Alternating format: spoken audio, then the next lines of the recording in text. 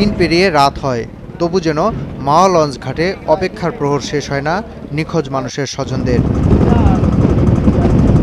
পদ্মার বুকে হারিয়ে যাওয়া পিনাক ৬ লঞ্চটির অবস্থান নির্ণয়ে মঙ্গলবার সারাদিনের চেষ্টা ব্যর্থ হওয়ায় সিদ্ধান্ত নেওয়া হয় চিরুনি অভিযান চালানোর। সিদ্ধান্ত অনুযায়ী রাত ১০টার পর পাশাপাশি ৩টি জাহাজ রেখে ল্যাডার সার্চ পদ্ধতিতে জাহাজ শনাক্তের চেষ্টা করেন বিআইডব্লিউটিএ, নৌবাহিনী, কোস্টগার্ডের সদস্যরা।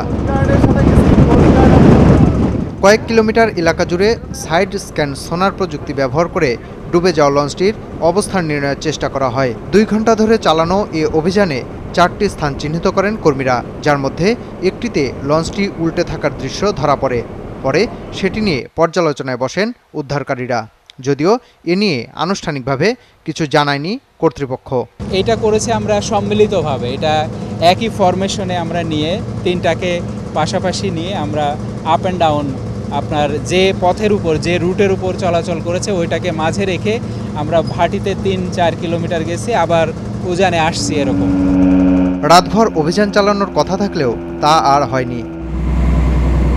সকালে সূর্য ওঠার পর মাঝ নদীতে যান দমকল বাহিনীর কর্মীরা।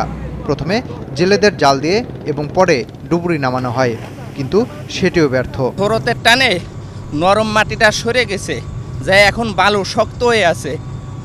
তারপরে আমি ২-১টা খাদ দেখছি নিচু, মানে গভীরতাও খাদ, সেই খাদে আছে কিনা কিন্তু পাই নাই।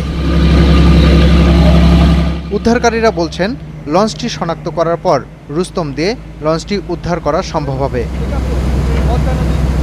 সৌমিত্র মজুমদার, ৭১, মাওয়া ঘাট, মুন্সিগঞ্জ।